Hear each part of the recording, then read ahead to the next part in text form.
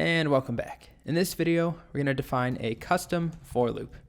And like I said in the last video, it's going to be a slightly dumbed down version. Definitely not something you would use to replace an actual for loop, but it's going to help us understand how things work. All right, so as we already mentioned, if we did something like for num in 1, 2, 3, or for char in hi there, what's happening behind the scenes is that this right here or here, whatever the iterable is, will return an iterator because inside the for loop, iter is being called on this string or this list. And then that returns the iterator, which then the for loop keeps calling next on over and over and over until it hits the end.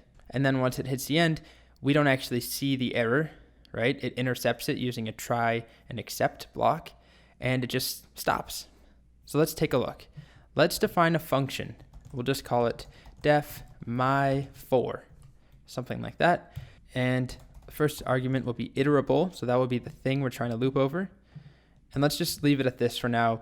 The way that my for should work right now is that it just prints out every item in, if we did hello, it should print out each character individually. So it's just going to print to start. Then we'll work on adding a custom function. So we could pass in print or something else. Okay, so my for iterable. What we want to do is very first thing, call iter on iterable. And we'll save that to a variable just called iterator.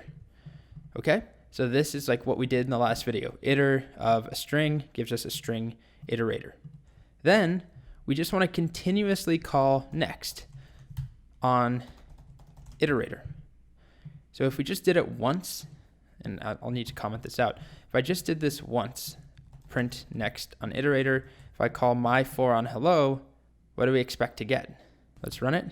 We get the letter H. All right. So then if we called that one more time, now we get HE and so on. Okay. So instead of calling it twice, what we actually want to do is do it forever. While true, we want to call print next iterator. And if we do this, of course, it will work until it doesn't, which we see here. It works, then we get to the end and it calls next again, and here's that stop iteration error. So this happens in a normal for loop, except we don't see the error because it never gets to us. So what we want to do instead is add in try and then except, if I could spell. Okay, so we're going to try to do this, and rather than just plain except, it's better to do stop iteration, or stop iteration, there we go, like that. And if that's the case, we'll simply break from the loop. And we could start with a print like end of iterator like that, and then break from the loop. If we try this now, there we go. We get HELLO, end of iterator, and no error. So we're basically there. Just a couple things that we could change. The first is that we can get rid of this, of course. Next, let's test it on a list. 1, 2, 3, 4. Okay. Still works because we're calling iter on the list, gives us a list iterator, and then we can just call next on that. The next change we'll make, instead of just automatically printing, it would be more accurate or closer to a for loop if we could pass in, okay, I want to print each one. Or instead of print, I want to sum each one, or whatever a function is. And to do that, let's just say we pass in a func here. Okay, and then rather than printing, we'll just try next iterator, and let's save that to a variable, the result of it. Let's just call it I equals next iterator, or item or thing equals next iterator. And then we'll just add in our else, and we'll just call func with thing. Okay, so hopefully this is making some sense. I'll walk through it once.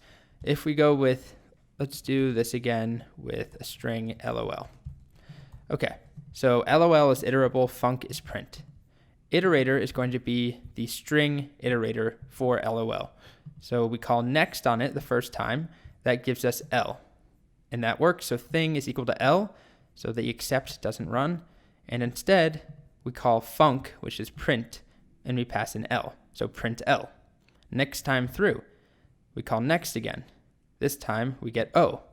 So then we call print O. So it prints O, one more time, L. Next time through, however, in the try, next does not work out, we get this error, stop iteration. So we hit this and we break out, and that's it. That's the end of it. All right, so we could do things like, instead of printing, well, let's just test that it works, by the way. And it does. We could define a function called square, for example, and it just takes a number in. And let's just have it print x times x. And now if I call LOL with print, and then we'll do a list with 1, 2, 3, 4, 5 square, it's going to call square on each one of these items. And look at that, LOL, and then 1, 4, 9, 16, 25. So we have successfully written our version of a for loop. Very simple. It's called myFor. It's just a function, not quite as clean as the for loop syntax, but still, it's cool that we actually understand what's happening behind the scenes. The key things to take away: iter returns the iterator on an iterable object. Iterable, but they return iterators when we run this line. Then that iterator, when we call next on it, just returns the next item over and over and over until there isn't a next item, and it raises an error, which we're catching here, or with except, and we're just breaking out. Okay, we're done. Please leave feedback or comments on this video. This is one that I wasn't sure if I should include or not. It's not, essential to doing what we already know how to do in Python. We already know how to use a for loop. This is just helping us understand how it works.